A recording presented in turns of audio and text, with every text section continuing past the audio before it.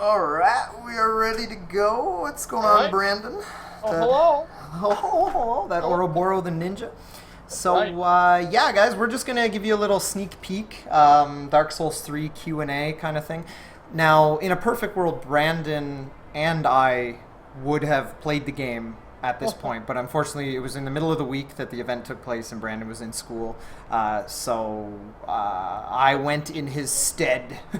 Yeah. And so basically we're just going to do like a little Q&A between him and I, and we're just going to talk about the stuff we saw in the E3 demo, which we both saw together, and then how that compares to my experience with the actual gameplay of Dark Souls 3. And like I said, we can get into really specific combat mechanics and like buttons and all that stuff. Yeah.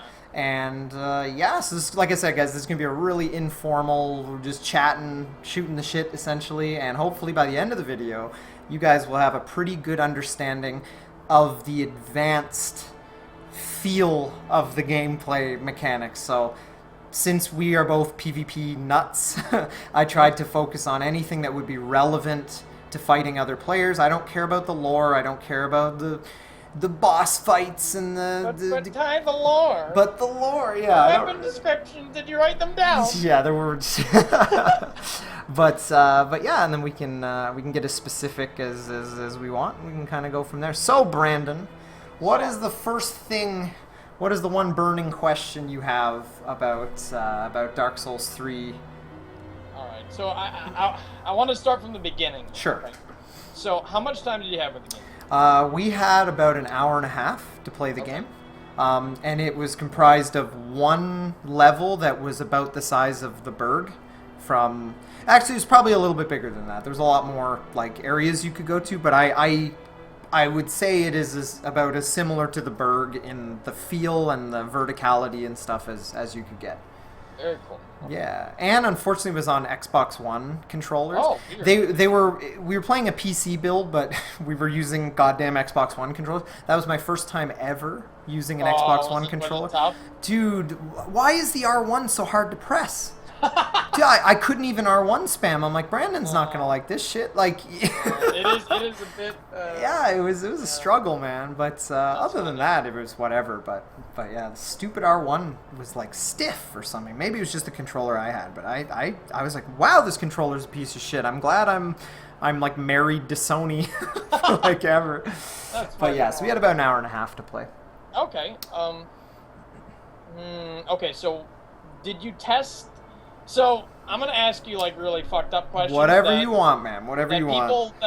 Nerdy people like me. Yes, that's exactly what this video is. That's why in the corner of the video it says Combat Mechanics Q&A. Yeah. This is not about anything else. It's like, yeah. This is not for casual IGN journalists. This is for people who are going to PvP for 3 years and you know, actually carry this game's legacy onward. So, yeah. Yeah, fair enough. Whatever you want to know. Okay, so did you test out toggling?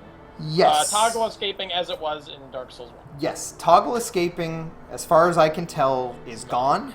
It does not exist in Dark Souls 3. Can't imagine they would put it in after taking it out from Dark Souls 2. Exactly. Toggle escaping in Dark Souls 1, in PvP, was obviously very straightforward. You just mash the direction, or you time the direction on the D-pad for when someone attacks you and you escape a stun lock. In PvE, it was always kind of weird. Like, if you did full-on toggle escaping against, like, a zombie that was hitting you, sometimes you'd escape the stagger, sometimes you wouldn't, but it was definitely there. Dark Souls 3, there is no evidence whatsoever of toggle escaping. But you did try it. I did try it, yes. Yeah, I definitely tried it on both characters, because we got to play one of two characters. One looked kind of like an elite knight. He had a long sword, a kite shield, and like the kind of fluted armor from the trailer.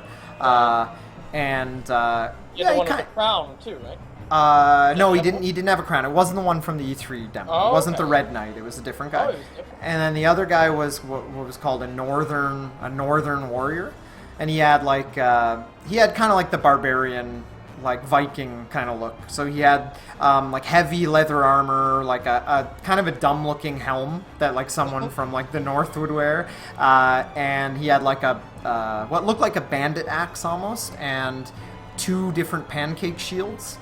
So he had a big pancake shield and a little pancake shield, both leather.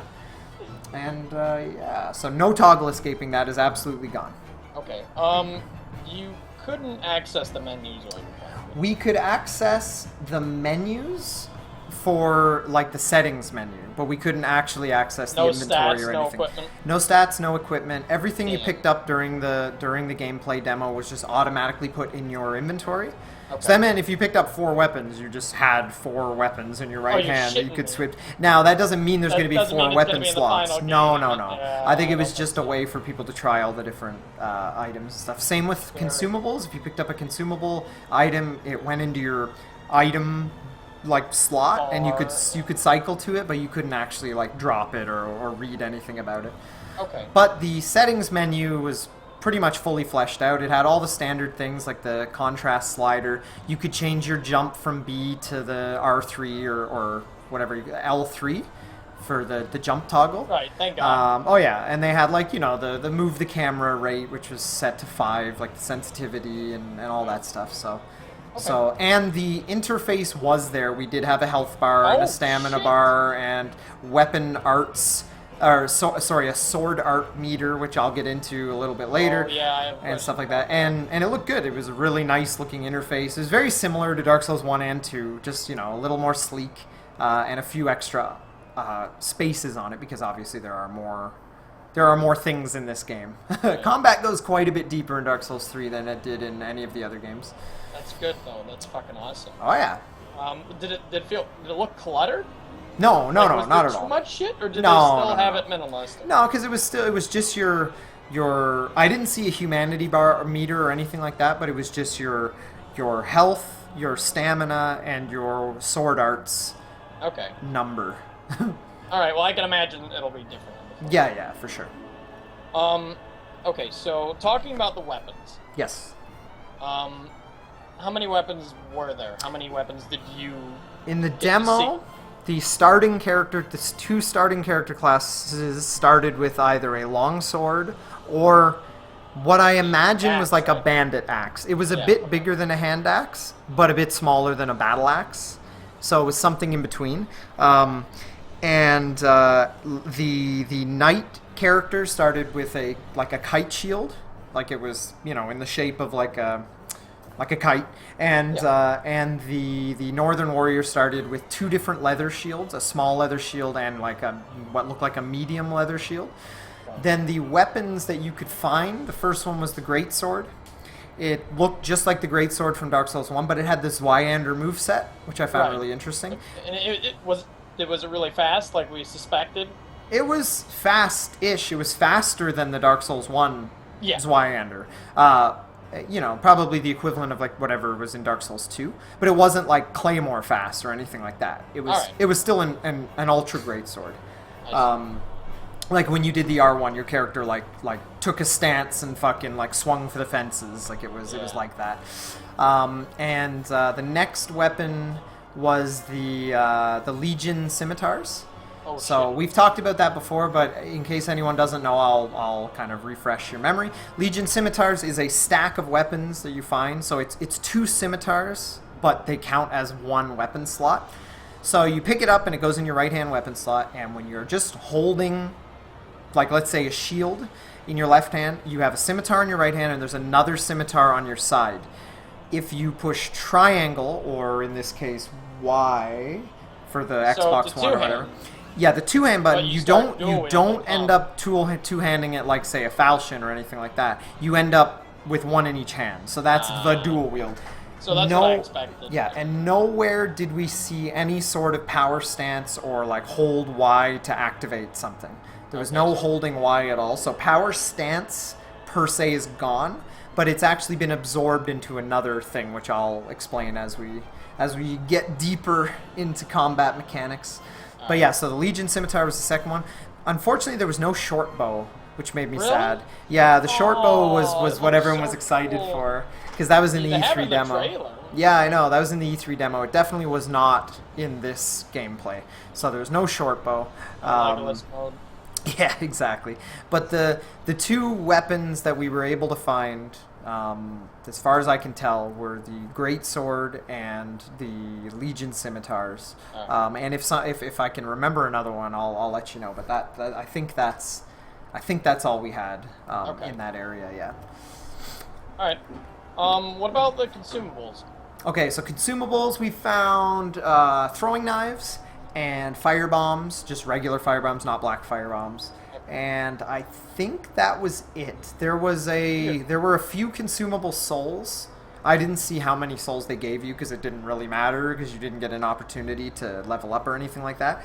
But I think there was like a soul of a lost undead or whatever kicking around here and there. But the two consumables we got were fire bombs and throwing knives, and this is definitely worth talking about because a lot of people have asked and begged for consumable weapons to finally be viable in a sense that they're useful all the time.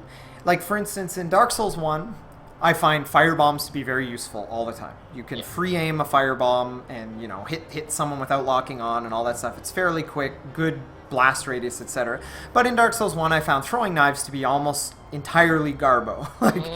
Throwing knives were so... You could just walk strafe and avoid them, and they were just kind of bullshit. In Dark Souls 3, both throwing knives and fire bombs are entirely viable. The fire bomb from Dark Souls 1 is back in every way. You can free throw it through a window as long as you practice aiming. The original Dark Souls 1 style free throw is back. Which is fucking awesome, and I hope they bring it back for things like fireballs and stuff as well. I'm sure they will. Oh yeah. So fire bombs are back entirely, and throwing knives are now amazing. Throwing knives have really good tracking. You throw them really fast. They're great for PvE. Like, they track enemies right at the end of the throwing animation. So if an enemy is strafing, you're not going to throw the knife where they were standing when you initially pressed square or X or whatever to throw. It'll actually throw it at them wherever they're standing when you release the dagger or the throwing knife, if that makes any sense. So if somebody's like strafing, at least at a slow speed, you're going to hit them with a throwing knife. If they're running horizontally, you probably won't hit them. But what it means is that in combat, if someone's throwing knives at you, you don't you actually need to react to them, which I found really nice. At one point, I was up in these rafters, throwing knives at dogs. I like the standard FromSoft demon dog. Rabid asshole. Dog. And I was hitting them even as he was freaking out and like going into a tantrum and trying to like pathfind to me. I was like hitting him with every throwing knife. When's the last time you were able to hit a dog running or scampering around like at full speed with a throwing knife from above? But true enough, awesome. It hit. And firebomb. So for those of you out there that are envisioning creating the ultimate like ninja build with like consumables and all sorts of gadgets and shit, they will be viable in Dark Souls 3. It's not like the shot put firebomb from Dark Souls 2 where your guy throws it it's a bowling ball that weighs like 30 pounds. Like, your guy throws it like a baseball as opposed to a shot put, which I found much better. Just more fun. Dark Souls 2, I found it really difficult to free aim consumables. You had to pretty much lock on exclusively. At least I did. And it was hard. You couldn't really throw them at your feet. Whereas in Dark Souls 1, if you aim down with a throwing or with a firebomb, you will throw it right at your feet, which is great for catching people that are trying to roll backstab you or whatever. So consumables are awesome, but in the demo we only got throwing knives and firebombs. Okay. What about magic? There was no magic, right? There was the hint of magic. So there was a mini boss. There was a mini boss in the demo that was optional, and he's this big, huge, like, Smo-looking motherfucker. I think he's in the gameplay trailer. He's this big, fat guy with, like, a giant mace or something. And he actually had 3 different soul-style spells. One looked like soul... What the fuck is it? Not shower. What's the... Soul geyser? One looked like Soul Geyser, one looked like Soul Spear, and another one looked like an AoE kind of... Almost like a Wog. But it was like a blue soul spell? Soul Wog? Yeah, something like that. And that's the only hint of magic that was in the whole demo. You don't get any starting, and no other enemy used magic on you.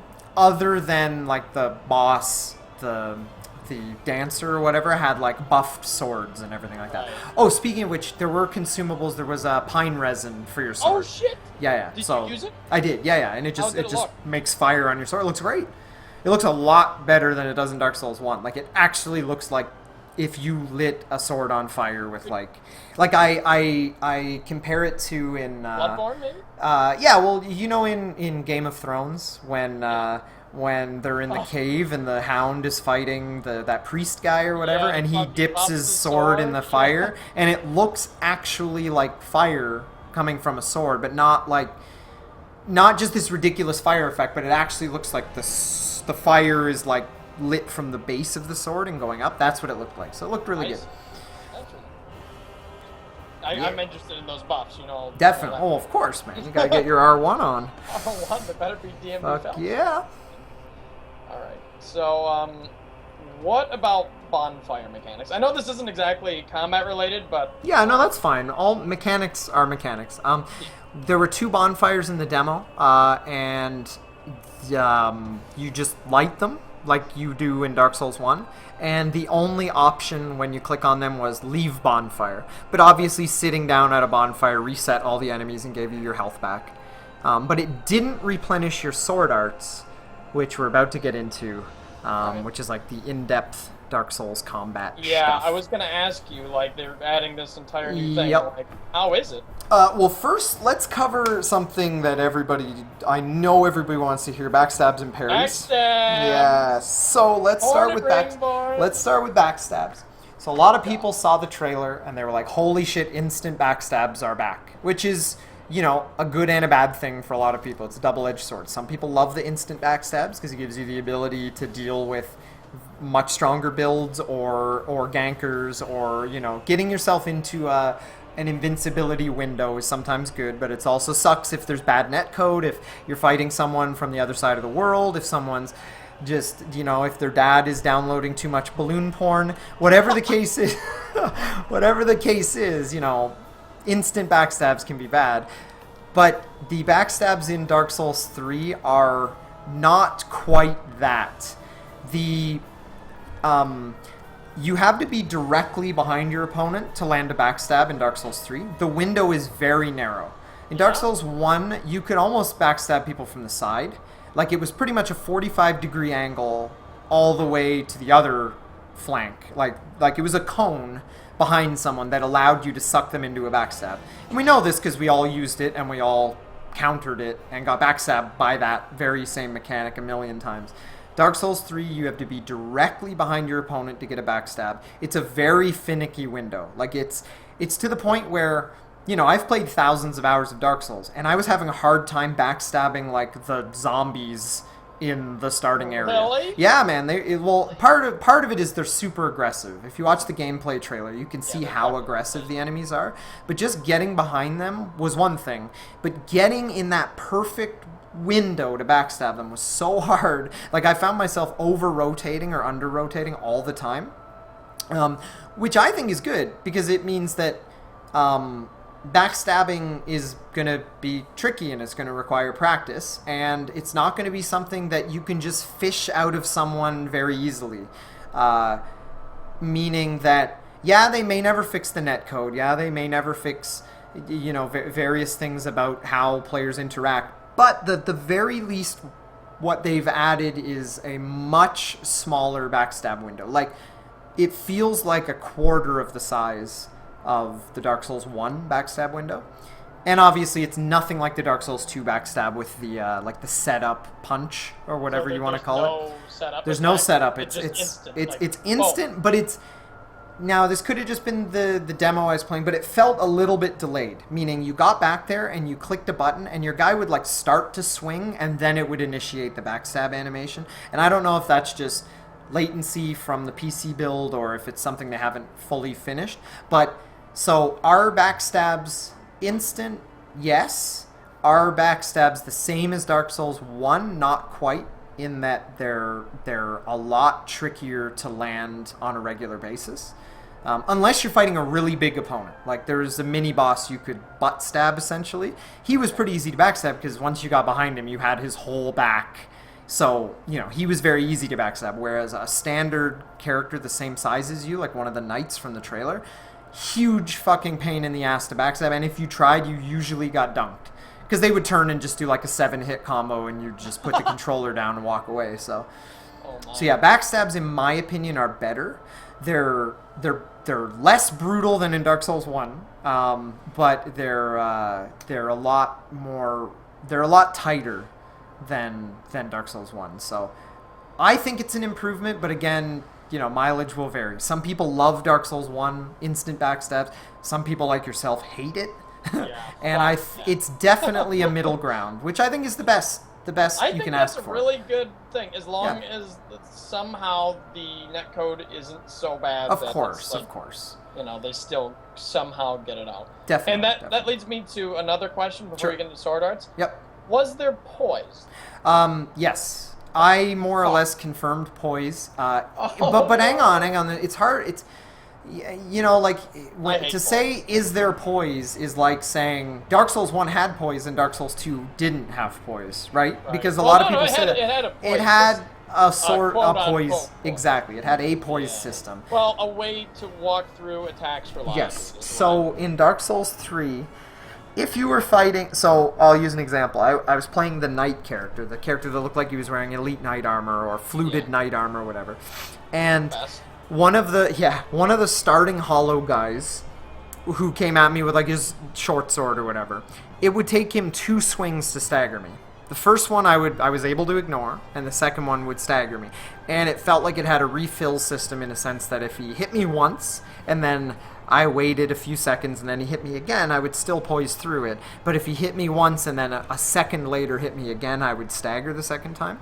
Okay. So I think that's more or less confirmation of like standard Dark Souls 1 poise. Yeah. But there's no way to really tell without a menu and without seeing numbers and stuff, because Dark Souls 2 felt like it had standard poise, but then it had something different. I'm not going to say whether or not it has poise or doesn't have poise, but it's definitely different. It's got something. Yeah, exactly. It's got something. But I mean, in Dark Souls 1, you can't stagger Havel with a dagger, but in Dark Souls 2, you can, and that's why I say it had something. But Dark Souls 3 looks like it has the standard poise break system. Okay. Yeah. And a lot of the enemies had crazy hyper armor. Like, obnoxious fucking bullshit hyper armor. Like, I had my greatsword, and I'd fucking come in there with a greatsword R1, two-handed, and there'd be like these hollows that had like big battle axes, and if that guy was in the middle of like a big power attack, he would just poise right through my greatsword. So I think it's hybridized. I think like kind of like Dark Souls 1 and Dark Souls 2, it's a combination of poise and hyper armor for various super heavy weapons. I should also point out that the heavy weapons are all sped up. There was no attack that felt unviable. That's really and there's also charge attacks, but I mean, we'll cover that in a little bit. Yeah. Rolling was just like Dark Souls. Rolling was absolutely identical. It seems like everything. Yeah. So leading up to our trip to Napa, I played a lot of Dark Souls 1. Just because I knew the game was going to feel like that. I knew it was based off of Dark Souls 1. I'm like, I got to play the shit out of Dark Souls 1 and then go there and just like see if it's a continuation. Dark Souls 3 feels like a really good DLC for Dark Souls 1. Meaning, as soon as I load it in, even though I was using a controller I've never used before, and I'm like, it's a brand new game, I was immediately sprinting around and jumping onto railings and like rolling off of things, and the timing, the spacing, the distance of the jump, the roll distance, the snappiness of all the animations was exactly like Dark Souls 1. Oh, that makes me really happy. Yeah, like, that was the very first thing I did. My goal was to sit down and immediately try running around at full speed and see how clumsy I was. Because that's the best way you can tell if the game is familiar or not. Right. And I didn't feel clumsy at all. I was able to just, like, fully sprint around the areas and, like, dodge and weave through enemies and roll through big, heavy attacks instantly. Like, the roll timing is identical to Dark Souls 1. It feels like you get the same amount of iframes. Everything just feels like Dark Souls 1. And that's why I will continue to say, until I play the game, that Dark Souls 3 feels like an awesome Dark Souls 1 DLC. So Somebody the Dark Souls 2. trademarked that line. Yeah. It's Sorry. like the Dark Souls 2 that everybody wanted. Yeah, that's what it feels like to me. That's what it felt like. Also omnidirectional attacks, but that was a given. If you roll past something, if you roll past something and swing behind you, you'll actually swing behind you. Same with like Bloodborne, how you can attack in any direction instantly, whereas in Dark Souls 2 you had like a 180 at best. Yeah, you could attack in like a cone in front of you, and you had to rotate your body to be able to attack stuff behind you, which was a lot of people's complaint of why it felt so slow. Whether or not it's more realistic is hard to say, but it definitely felt... Dark Souls 3 felt faster in every way than Dark Souls 2. Not quite as fast as Bloodborne, mostly because rolling is very punishing to your stamina bar. In Bloodborne, even a starting character can dash, like 10 times, 12 times? It's fucking ridiculous. Yeah, in Dark Souls 3, you get about the same amount of stamina as you do in Dark Souls 1 with a starting character, so you can roll like 4 times or 5 times, and and sprinting. So here was a pretty major change with regards to stamina management. In Dark Souls 2, if you sprint for about 3 seconds, your character has to stop and pull out his puffer and catch his breath, and he needs to just sit down on a stump and chill for a bit. Yeah, have some water out of his ale skin or whatever. Some Estus. Yeah, some Estus. But in Dark Souls 1, you could sprint a very long time, but every action cost a lot more stamina. That's what this is like. Every swing, every roll, every jump, all that is a huge chunk of stamina, whereas running and like sprinting is very cheap for your stamina bar. So that's the way I prefer it, because I like being able to run from gankers and have like big chases and chase down opponents and all that stuff. So rolls and jumps and swings and all that take a fairly substantial chunk from your stamina bar, but just running around doesn't. Okay. So there's definitely going to be a lot of stamina management in this Yes. Yeah. That's good. I fucked That's up pretty good. bad sometimes. And it's one of those situations where if you have a tiny sliver of stamina and you do something like an ultra greatsword swing, it goes into the negative, meaning... and you sit there for like an hour. You sit there for like 38 years waiting for just the tiniest amount of stamina to come back. So, yeah, stamina management is very important. But I think it's been important in every Souls game. Oh, yeah. For sure, so, yeah. Okay, very cool. Now what about sword arts? Okay, so sword arts. Good stuff. Yeah, the good stuff. So first, I want to start by saying, sword arts is the new combat mechanic that is introduced in Dark Souls 3. It is a combination of Dark Souls 2 power stance and Bloodborne's charge attack system. So that's what it is. It's a combination of those two things, which is cool. Now, I'll also say it's entirely optional. At no point was I disadvantaged or really advantaged for using or not using sword arts. Meaning, if you ignore the L2 button, which is how you activate sword arts, unless you have a shield that can parry, as long as you don't have a parrying shield in your left hand, L2 will activate sword arts. At no point was I required to use sword arts. I actually forgot about it most of the time, and it just felt like Dark Souls 1 in every way. Dark Souls 1, you've got your R1, you've got your R2, you've got your rolling R1, your running R1, your running R2, which actually there's a really cool added mechanic about running R2s now. But I didn't even realize that sword arts were a thing. Like, I knew they existed, but I forgot about them for half my playthrough. And I'm just running around, R1ing and kiting and parrying and backstabbing my enemies. And then I was like, oh shit, there's this whole new thing that I can do with sword arts. Then I started using that, and, everything got a whole lot fancier and complicated. But at no point was I like, damn, I would have really done better if I had had some sword arts to go along with that. Like, it's a thing that I feel like is... like I said, entirely optional and will benefit PvP a lot. PvP more so. PvP is going to be fucking awesome now, because you can chain sword arts into your normal attack combos. So you can do like an R1, like you could go R1, R1, L2, R2. And if you have enough stamina, your guy's going to do like for instance, let's say you had the Legion scimitars. Your guy's gonna go like regular swing, regular back swing, fancy pants dancing, swishing fucking dance Sword attack out, into like heavy double attack with the scimitars for your R2. So it's like it combat can be as slow and methodical as a new player will want, or as crazy as your stamina bar will allow. So I think PvP is going to be really exciting. So Sword Arts is shown by there's a little icon underneath your health bar and stamina bar that it's a little, from what I remember, it was a little shield, and it starts at 20, or at least for the demo you started with 20, and it will deplete as you use Sword Arts, and it was different amounts for different things. Like if you're using the Legion Scimitar and you do like a dancy, fancy pants attack, yeah, it would take like 1 point off. But if you did only like one? yeah, only one. But if you had like an ultra great sword and you did a super duper mega like slam attack, it would take like 3 points or something. Okay. Mostly because that does a ton of damage and can one-shot most of the standard enemies. Sword Arts also extended partially to other things like shields. It also included self-buffs for certain weapons. It was fucking crazy. Like the Northern Warrior starts with an axe and a shield. If you use L2 with the, say, heavy shield in your left hand, you actually do like a ground pound.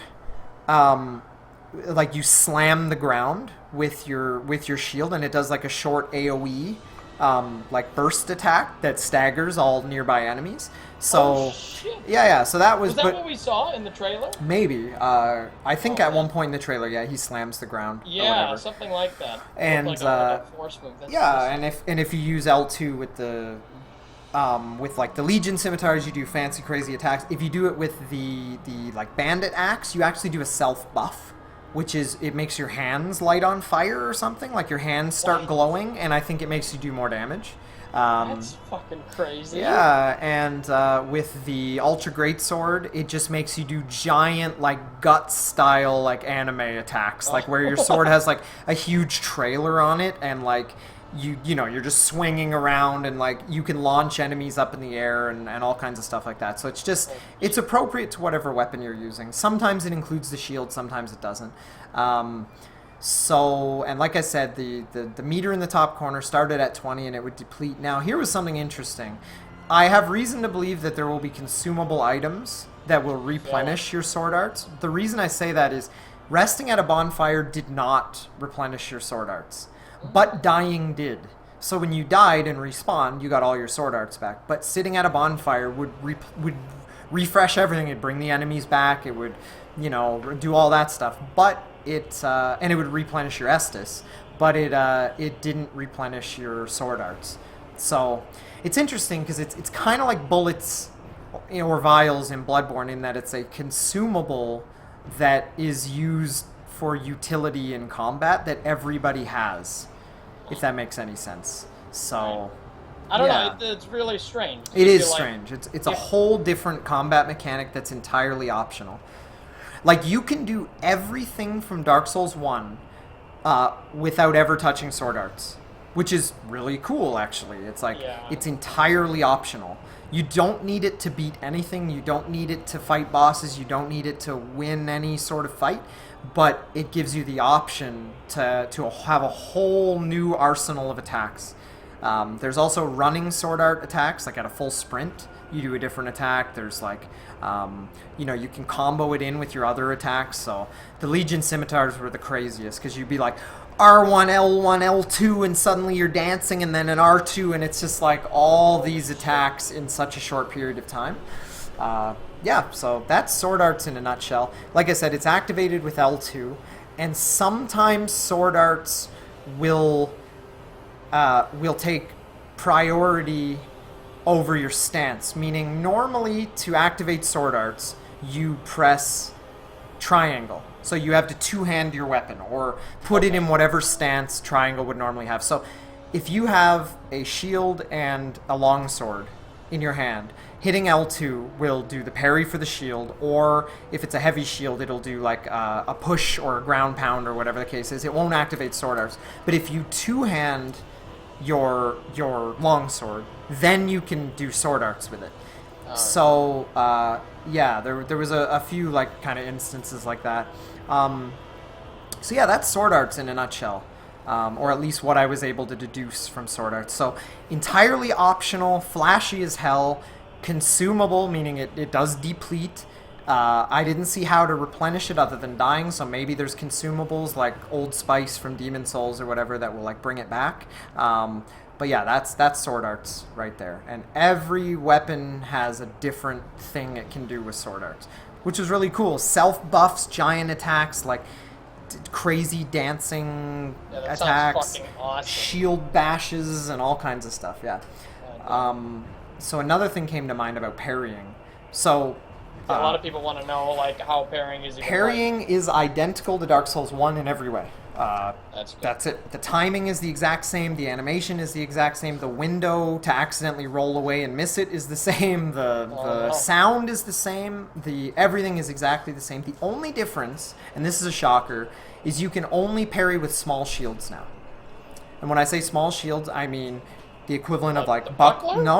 Buckler and target shield for sure, and then the equivalent of like say the small leather shield or the red and white shield or any tiny little like baby shield will parry. Anything bigger than that, let's say you go for right? yeah, anything bigger than that, like say a kite shield, will not parry with L2. If you have let's say you have a longsword in your right hand and a kite shield in your left hand, and you hit L2. The game is like, L2 with a kite shield does nothing, so we're automatically going to put you into sword arts with your right-hand weapon. So it actually just like skips that. So think of it this way. Tiny shields have two properties. Big shields have two properties. And medium shields only have one. Medium shields can only be used to block. That's it. Small shields can be used to parry and block, but they don't have a lot of stability. And great shields can be used to block or do like slam attacks or whatever the case is. But they're heavy as fuck, exactly. So okay, that's really cool. Actually. Yeah, it was kind of nice because parrying. I always thought that parrying was a luxury that was a trade-off based on whatever shield you chose. So I always liked that. The buckler and the target shield had special parry timings and more frames. And I always thought that, like, the small shield should have that as well, and that the heavier the shield, the less likely you were to actually slap someone's sword out of the way, just because of how heavy they are, right? So you can no longer parry with medium-sized shields, only small. Wow, that's huge. That's a big change. But other than that, it's exactly the same in every way. Same sound, same timing, same frame, same... It's taken right from Dark Souls 1 in every way. Meaning it was pretty easy to parry the standard enemies, really hard to parry the fucking spammy knights, and if you fucked up, you're gonna die. They're gonna hit you with a 6-hit combo and you're just fucking dead. So the game was difficult though, too. God, dude, the game was so hard. I mean, I'm bad at PvE, everyone knows that, but like, I made it to the boss. Like, I wasn't a complete pleb, but man, did the game kick my ass. I was probably the first one in our group to die. Like, yeah, it was brutal, man. That's because you speedrun, man. Well, yeah, exactly. I speedrun to the PvP. I was saying, I'm like, replace the fucking boss with 3 real players, and we'll see how this goes. That's what I was saying. I'm like, just give me that PvP. That's funny. But yeah, so that's parrying and backstabs and sword arts. Holy shit. So I should talk about kicking. Kicking is really interesting and actually improved. So the kick is the standard kick from Dark Souls 1. It does stability. So guard breaking is gone then. No. There's guard. Well, hang on. It's kind of weird. Right. The guard break animation is definitely gone. If you press forward R1, you kick. Yeah. But the kick obviously has a chance to break a guard, right? Like based on shield stability or if you're two-handing your weapon. Yeah, however, if you put someone into a guard break animation, you can then riposte them. So, it's like a combination of what I liked about Dark Souls 2 without giving you a dedicated guard break animation. Because I always thought that slowed down combat. That forward R1, like step forward and slap the shield, kind of thing was always awkward. I was like, that doesn't have a place, in my opinion, in the game. But now if you guard break someone, whether it's from a heavy attack or a kick or whatever the case is, you can then walk up and riposte them. You still have to be close. You still have to be, you don't have a huge window. It's a very small window to actually do it, but it goes into a full-on, like, run them through riposte animation. So I thought that was cool. Also, before I forget, there's one other really cool technique that I discovered and I was so happy for. Was it the running thing? The running R2. Yeah. So there's now sprinting R2s, and it's the jump attack. So the forward R2 that's been in every Souls game, the jump forward and slam your sword into the ground, is now activated from a full sprinting R2. And at first you're like, holy shit, that's crazy, but it actually makes perfect sense. Because think how often you use the leaping R2 attack in PvP and PvE. All the time. Well, I do. Yeah. Like, if I'm in a hallway full of enemies and I have a greatsword, I'm going to do the jumping R2 all the time, because it's generally a narrow slam attack. Or if I have the Murakumo, I'm going to use it to, like, hit everything in a cone in front of me in a wide sweeping arc. Now you can activate that at a full sprint. So now, man, PvP, like, you know how a lot of PvP is, like, unlocked running in circles and then you do the running R1? Yeah. Now there's the running R2, which is the fucking leap attack. So it completely turns that unlocked style of PvP, like, on its head. Which I think is cool. Now, because how many times have you tried to do a jumping R2 and you end up accidentally doing an R2? Yeah. And usually it's on a weapon that has a really shitty R2, like, say, a Chaos Blade in like Dark Souls 1. Yeah, you do the big stupid... Yeah, exactly. But now, if you want to do your big, slow, stupid R2... Or, sorry, if you want to do your leaping attack, you just do it from a full sprint, which a lot of people are always sprinting all the time. So it works locked on or unlocked. And I thought that was really, really cool. Because up until now, there's never been, well, other than Bloodborne, there's never been a running R2. You could run and you could R2, but it always stopped you and then did the full animation. Now it's, like, linked right in. Your character doesn't slow down momentum, you just leap forward and do your jump attack. Damn, so it looks just like Dark Souls 1, the animation? Just like Dark Souls 1, yeah. Very cool. But I should say that all the combinations and everything in Dark Souls 3 are strung together a lot smoother. So the example I use is like the Legion scimitars. When you're two-handing them, there's no power stance per se, but if you go R1, L1, R1... You mean dual wielding? Yeah, dual wielding, sorry. If you go R1, L1, R1, you actually attack faster than if you go R1, R1, R1. Okay. Which seems minor, but that's actually really nice, because, you think of people who would use, like, dual katanas in Dark Souls 1. Right. To try and bring back, like, the Demon Souls feel of the dual katana build. Yeah. But it was never quite as good, because it would just do the full R1 and L1 animation with no frames cut out. No added bonus at all. Exactly, but now there's definitely frames cut out. Like, you can chain them all together really nicely. Everything links together really smoothly, so combos are not only, like, viable, but they're recognizable now. When someone, like, I have a theory that the wiki is actually, in the weapon descriptions, it's actually going to have, like, combo sections, which sounds silly. It's almost like a fighting game, but, like, try the R1, R1, R2, L2 sword art combo. To, like, speed up stuff. Oh, yeah, and then and people are gonna, kind of like with Bloodborne, how there were awesome, like, shape change combos. Transformation combos, yeah. So, Dark Souls 3 feels like they took all the good things from Dark Souls 2's advanced combat and Bloodborne's advanced combat and put it into this game. Along with charge attacks. There are charge attacks. If you're two-handing a weapon and I guess it doesn't matter what you have, but if you hold R2, you will charge up an attack. And with, like, the Ultra Greatsword, you can hold it for, like, 3 seconds and do a huge fucking slam jam attack that sends your opponent flying. Or you can release it early and do it slightly faster. So I think PvP is going to be really crazy because you have the option to charge up attacks and, like, trick your opponents. Right. I have a question about Sure, by all means. Did you use that? And if you did it have hyper armor at all at the end of it? Yes and yes. I wasn't really paying a lot of attention to the hyper armor. What I do know is that with the Ultra Great Sword, I would be charging up an attack, and if an enemy hit me, I would get interrupted, meaning it was a very hard thing to throw in. But if I started a big, heavy R2 attack, I definitely got hyper armor. Okay. So it was unlikely, unless a whole bunch of enemies attacked me at once, that I was going to get interrupted after the attack started. But while I was charging up the R2, if I wasn't quick enough, yeah, I'd get mega punished. Very cool. Yeah. All right. So it is cool that now there are charge attacks and essentially power stance, but like different than power stance. And yeah, so there's a lot of advanced... There's a lot of ways to kill the shit out of your opponents in Dark Souls 3, and I like that. That's good to hear, man. Yeah, like, man. Holy shit, the depth has, like, quadrupled since the first game. And I love that it's optional. I love that you don't have... It's like the power stancing in Dark Souls 2. You don't have to do it ever. But it just adds a different way to play. And like I said, it feels like it's catering more to PvP than it is to PvE, because you don't need it at all in PvE.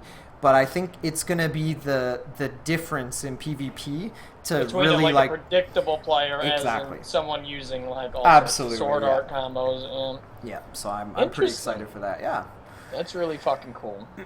Indeed. Oh man, what else we got? Let me think. Okay, so we've talked about all the like important combat mechanics that I can think of. Backstabs, parrying, sword arts. Backstabs, parrying, poise, sword arts. Weapons. The different weapons. We talked about how you can kick someone into a riposte. That's fucking awesome. Yeah, it's pretty good.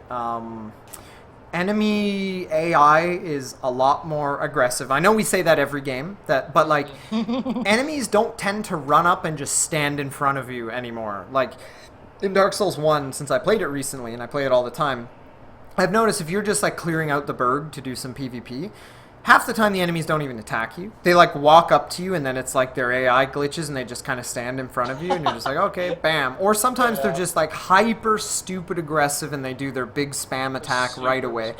In Dark Souls 3 it felt a lot more consistent, meaning the enemies like they aggro and they immediately come towards you and they attack early. Like in Dark Souls 1 I found that as long as you knew the range of your weapon, you could just attack first and kill every enemy in the game. Yeah. You know, you just run up and you hit R1 because you have the forward momentum and their AI doesn't click until you're within range. It's like, okay, now I can start my attack. But in Dark Souls, if you know what you're doing and you're running at something, you would just do your running R1 and catch them every time.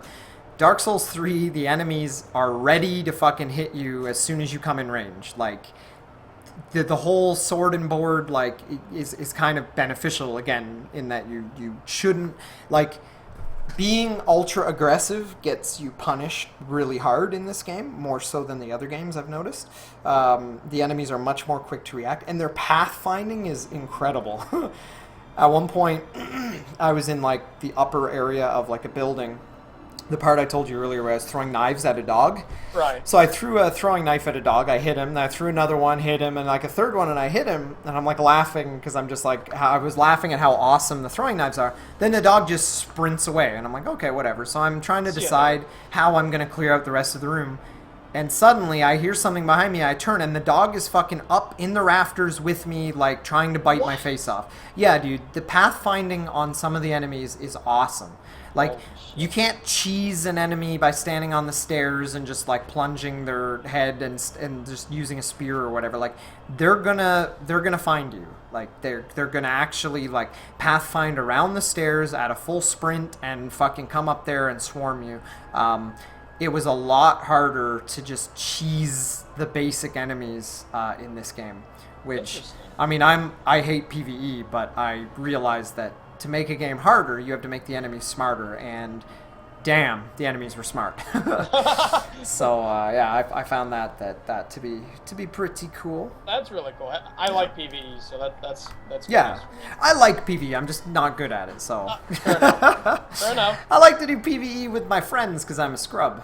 But I Oh my like God. to fight many bad guys when it comes to actual players. Like, give me all the ganks. Okay, so the random question that just stemmed from that. Sure. Did you ever unequip your weapon? Was there a fist? There is a fist, yes. You Okay. can switch to a fist, and I think you can 100%. only do it. You can only do it up until you find your first weapon, And then you switch to the weapon. and then you're automatically. It's just like Dark Souls 1. If you have Yeah, only okay. one weapon, you can switch to your fist. If you have two, you can't go to your fist, right? Like, were they any good? Like, was there a move fist. set for them? Lobos actually at the very end. We were all standing around. That's We were what about to leave. reminded me of his fist only Yeah, speedruns, you know? we were all standing around getting ready to leave, and Lobos was asking, he's like, can I try something really quick? So he ran over to one of the terminal and did like a fist only like little speed run thing. Oh my god. And you know, it does respectable damage. What if you could spec it to do more, maybe? Well, or that's the something theory. Like Vanquishers. Well, it looks like it's tied to strength because I think one class actually did more damage with their fist than the other, which leads me to believe that one of the classes starts with a higher base strength. And if it is, you know, if that is the case, a strength build with fists and perhaps an item to buff the fists or whatever might actually be viable. And who knows, there might be sword arts associated with fist.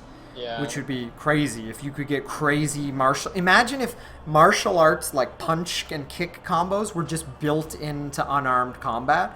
Holy shit, that would be awesome. If you didn't have to use some fucking goofy magic glove, but it was just like, no, if you don't want to use weapons, then just be Bruce Lee kind of thing. I think that would be awesome.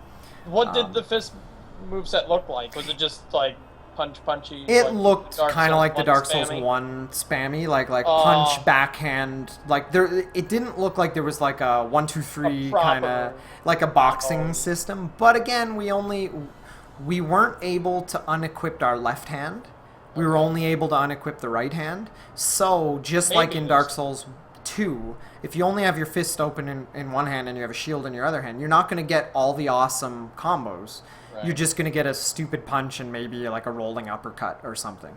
It's only when you unequip your left hand that you get all the cool like boxing combos and you start to realize how viable fists actually are. And I know this because both of us had very successful fist-only builds. Yeah. Mine was entirely inspired by yours, so yeah. Oh man, that's why I was asking, because I want to punch people again. Yeah, man, absolutely. That felt so good. Absolutely. Dark But, Souls 2 did that right. Yep, but I mean, Lobos is the authority on that, but it looked like he had figured something out. Okay. At the end there, yeah. Yeah, just a little random nitpick there. Yep. All right. So, anything else you can think of? Okay, covered everything. I'm trying to think of like what was even option. Oh, Estus healing. Oh yeah, shit, that's huge. Healing is instant. Oh, Not instant. Not the animation is instant. It's sorry, like Dark but Souls 1. Right? yeah. Your Like, guy you reaches chug and for the the fucking thing, bar you chug, fills and the up, bar's like, like whoop, and it's you know, so it's an instant fill. It's not like a slow fill like Dark Souls 2, and yeah, that's pretty much it. Can you chug twice in a row? Yes, like, super fast? I think you can. Yes, actually, you definitely can. You can go chug and then immediately take another glug shit. when it's like up to your mouth. So, because I know a lot of times I would get caught by enemies and I'd have to like heal in the middle of combat, and I would just spam and I go like, but you know, often I was interrupted or whatever. So, but yeah, Estus is just like Dark Souls 1 in every way. So you don't think there's going to be like an upgrade system for Estus? Like how many do you have? Do you remember? How many? Sorry, how many? How many have? Estus flasks did you have? 10. 10. Holy 10 from the initial bonfire, yeah. I can't remember if the second bonfire would refill it only to like 5, if it was considered like upgraded or kindled or whatever, but so it's very every much Dark time, Souls 1. yeah, every time you started, you had your 10. No sign of life gems or anything like that. The only way to heal in the demo was with Estus. Alright, cool. Yeah. I mean, aside from talking about individual enemies, which is whatever, because, like, you know, every area is going to have its own individual enemies, the only things I can think of is the big knights you see in the trailer. If you're looking at the gameplay trailer, there's a few knights with, like, capes. We saw that when we saw the E3 demo.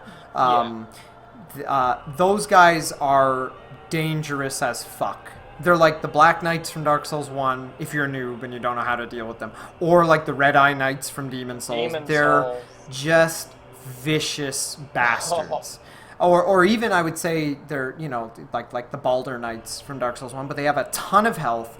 They attack so fast. If you try to fish them, they shield bash you.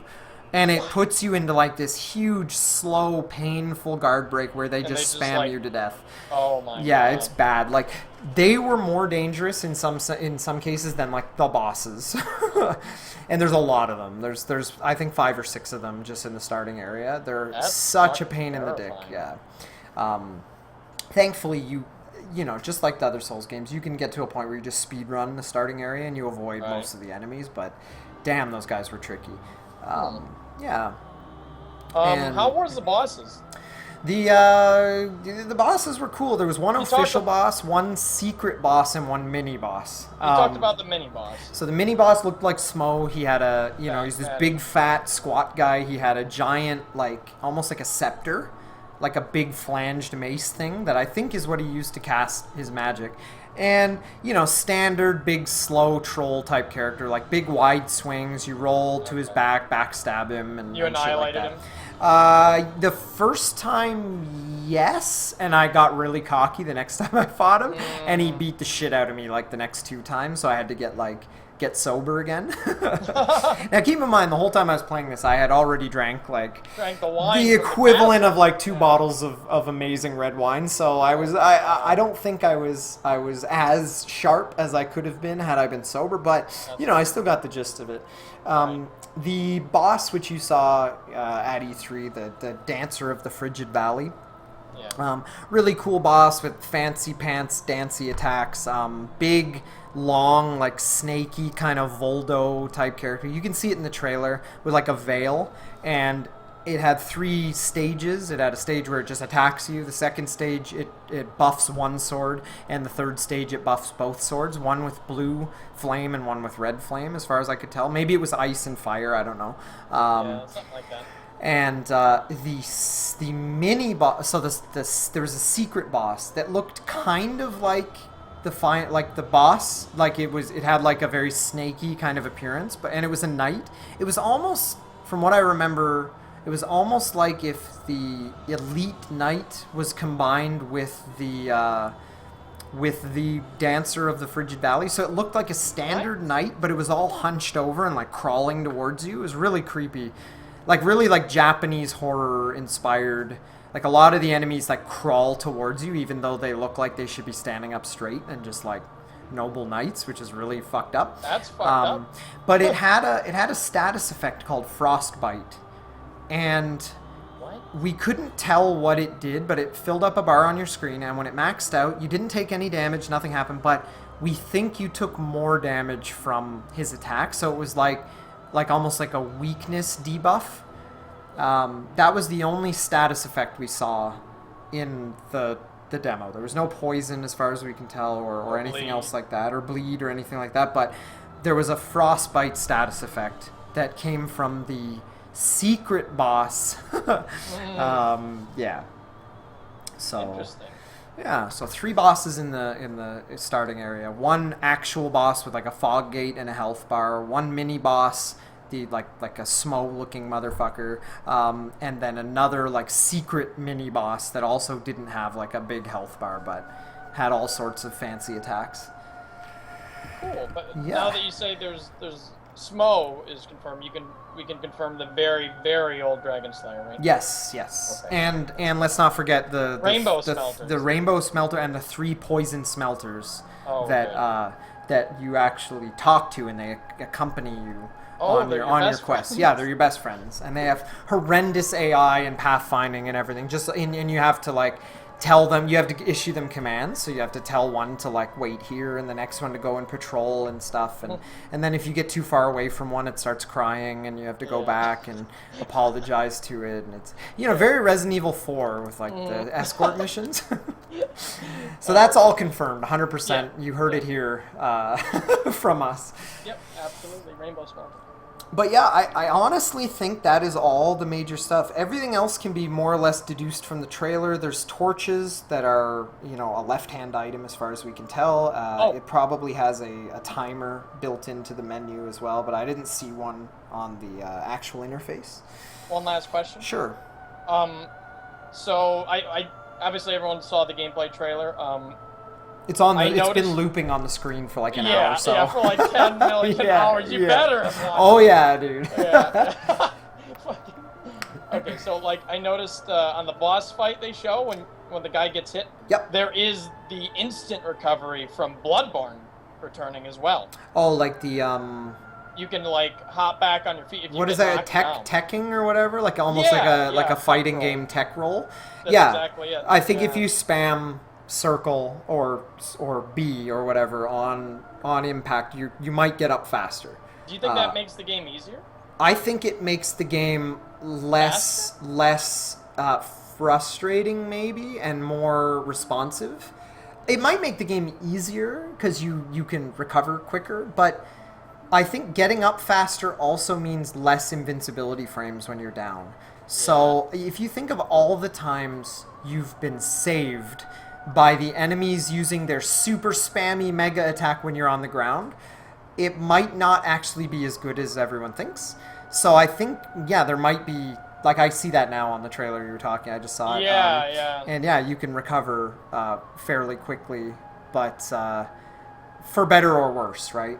Sometimes those invincibility frames you have as you're laying on your back on the ground are necessary to avoid like a firestorm or a dragon breath or a huge mega ground slam attack because it might be harder safe, to like hit people on the wake up. Exactly, and I mean in PvP obviously I think that's going to be very helpful because what would be nice is if it is in PvP, and again we're just speculating, this might help you avoid the possibility of like a chain backstab or some other sneaky wake up combustion R2 whatever the case is. So yeah, I think that will definitely be. That's a really.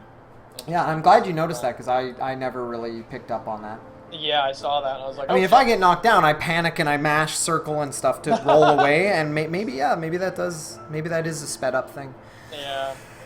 But yeah, that's. I'm just watching the trailer just to see if there's anything I might have missed, but like it all looks pretty good. I think we covered just about everything. Yeah, I think the only thing you're not gonna see from like this trailer, obviously, is any of the interface menu kind of like HUD stuff. Right. And I think I covered that in pretty good detail. It was just like Dark Souls 1 then. Just like Dark Souls 1, except it had a sword art number. Not a meter, but like it said the number 20 on top of like what I remember to be like a little shield icon. Or maybe it was a sword. It was some sort of icon, and then as you used it, it went down. And I saw no way to replenish it other than dying. Alright. Yeah. So that is everything. Holy shit. Well, thank you. No problem, man. First of all, for all the information. I'm sure everyone, including myself, found it to be hype as fuck. I mean, hell yeah. Everyone's already excited for the game. This isn't helping. Yeah, and somehow, like, if you guys are watching this on my channel, DreadedCone, make sure you go check out Oroboro the Ninja if you haven't already. Or youtube.com/Oroboro the Ninja or twitch.tv/Brandon505. I'm sure if you've heard of one of us, you've probably heard of the other, but if not, definitely check out the other. And obviously, if you're on Brandon's channel, you can find me at just youtube.com/DreadedCone or twitch.tv/DreadedCone. Yep, 10 out of 10 best streamer. Yeah, thanks, man. But yeah, I hope you guys enjoyed this, and I hope it was informative for anyone that was looking for advanced shit. Like I said, this is not. We tried to keep it in like a lot of our audience takes these games a little too seriously, including myself, and we like to know what we're getting into, and we like to know how deep all of this can go to see how long it's going to last. So hopefully by giving you guys an idea of some of the more like advanced stuff, it'll just spark your hopefully it'll just keep the hype train rolling until the game actually releases, which the rumor is it's going to be March of 2016. And from my, secret inside sources, I was more or less able to confirm that there will probably be a network test of some kind. No way. Yeah, in either December or January. Just like there has been for Dark Souls 2. Yeah, there was for Dark Souls 2 and there was for Bloodborne. There was like an alpha. Yeah, that's true.